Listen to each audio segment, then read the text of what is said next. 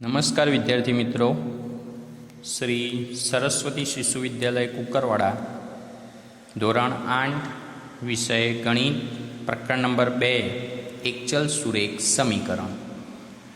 એના અગાઉના વિડીયોની અંદર વિદ્યાર્થી મિત્રો આપણે સ્વાધ્યાય 2.2ના અમુક દાખલાનો અભ્યાસ કર્યો. એનાથી થોડું આગળ જોઈએ તો અહીંયા એક રકમ આપેલી છે કે બે સંખ્યાઓનો ગુણોત્તર 5/3 છે અને તેમનો તફાવત વિદ્યાર્થી મિત્રો 18 હોય તો તે સંખ્યાઓ શોધો. તો વિદ્યાર્થી મિત્રો અહીંયા આપણને ગુણોત્તર આપેલો છે, માટે આપણે ડાયરેક્ટ વિદ્યાર્થી મિત્રો એ સંખ્યાઓને આપણે કોઈપણ ચલ સાથે જોડી દઈએ. તો અહીંયા બે સંખ્યાઓનો ગુણોત્તર 5/3 આપેલો છે. તો વિદ્યાર્થી મિત્રો આપણે ધારો કે તે બે સંખ્યાઓ 5x અને 3x છે.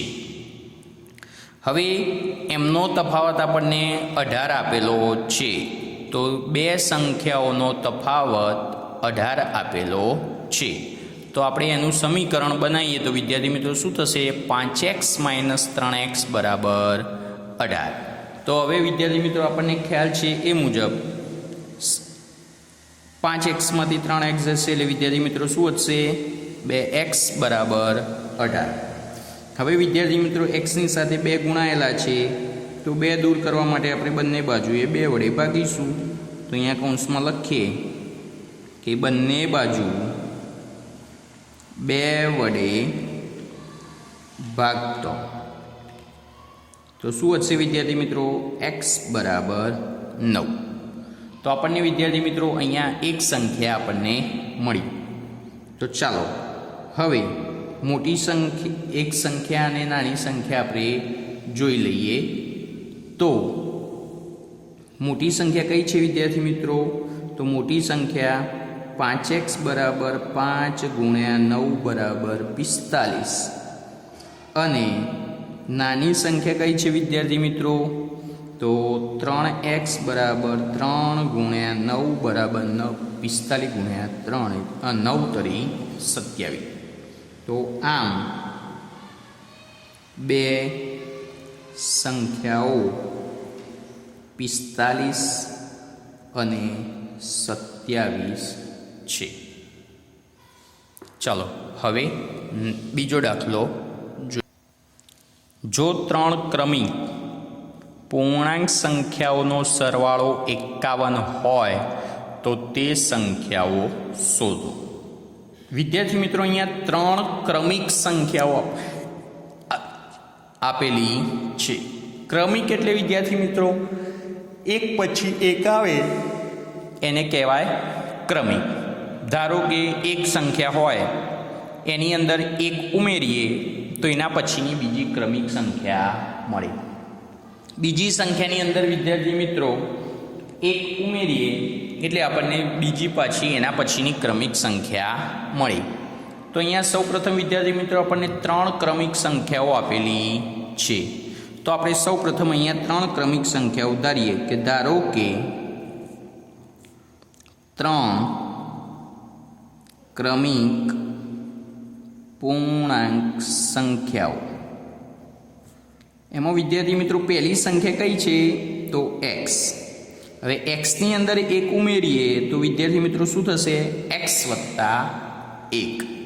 હવે પાછું વિદ્યાર્થી મિત્રો આ સંખ્યામાં 1 ઉમેરીએ એટલે આપણને શું મળશે વિદ્યાર્થી મિત્રો? x + 2 મળશે. તો આપણને આ 3 ક્રમિક સંખ્યાઓ આપણને મળી ગઈ. હવે ત્રણેયનો સરવાળો વિદ્યાર્થી મિત્રો આપણને આપેલો છે.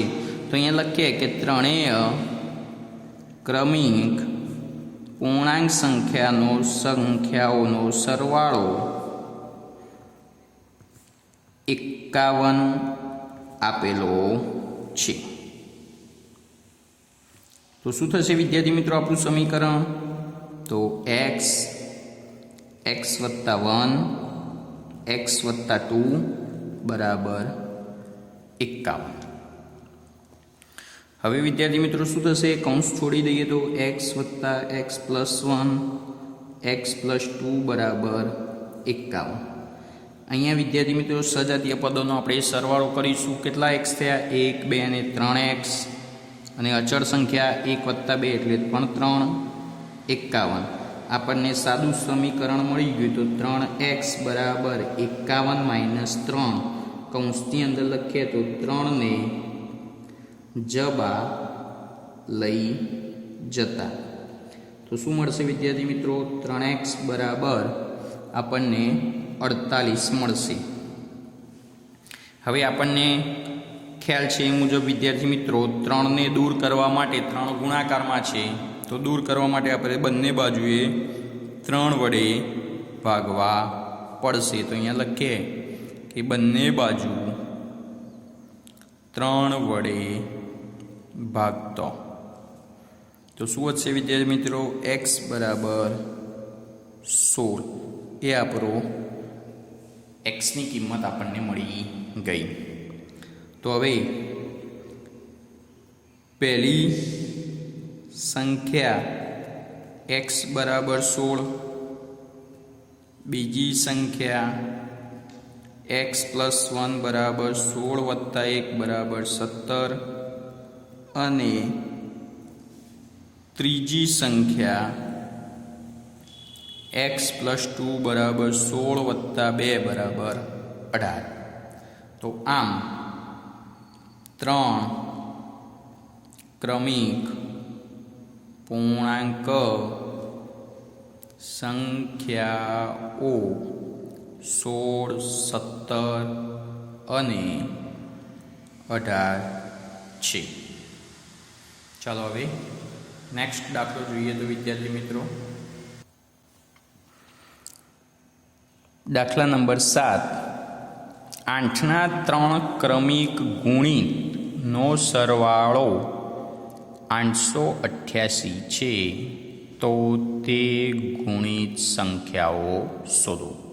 અહીંયા વિદ્યાર્થી મિત્રો અગાઉના જેવો જ દાખલો છે, પરંતુ 8ના ક્રમિક ગુણિત એટલે 8નો આપણે ઘડીઓ બોલીએ કે 8 × 8 = 8, 2 = 16, 8 × 3 = 24, એવા 3 ક્રમિક ગુણિત આપણે લેવાના છે.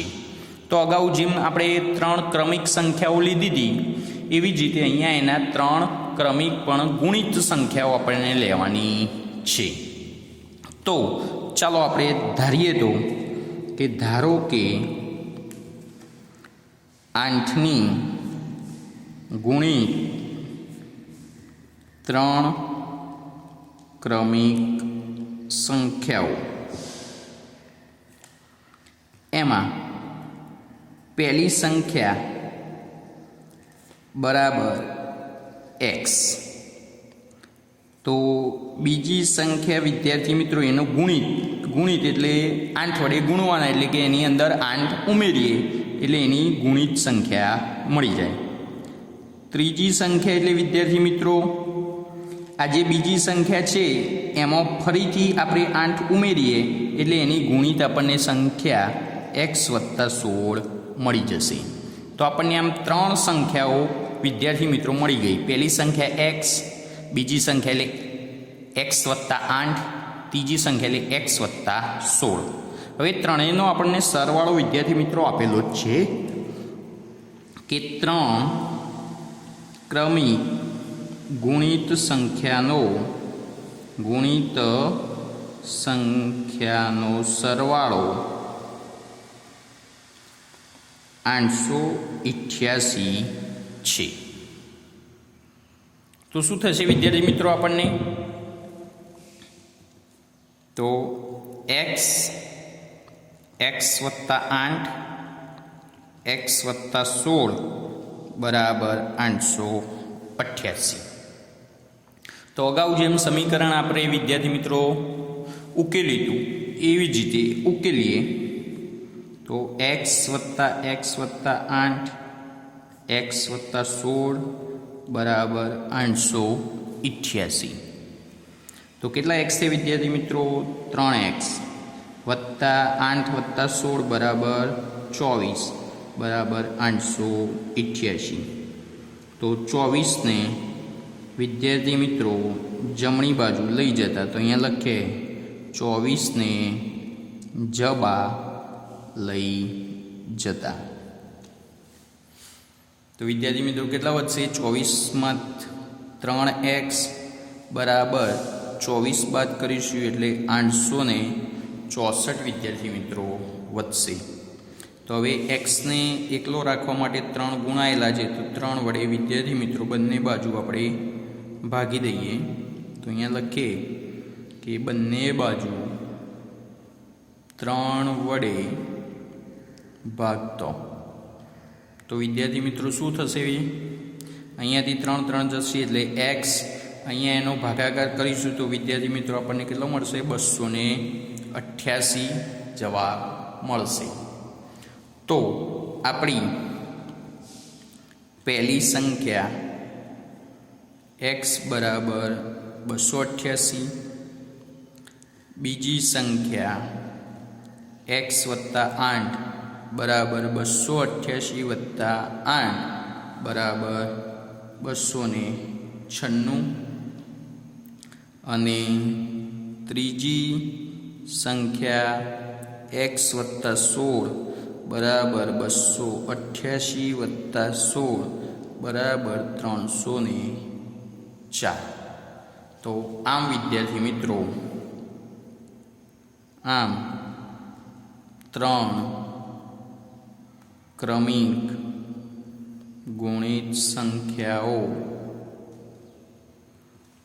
288, 296 અને 304 મળે અથવા તો છે.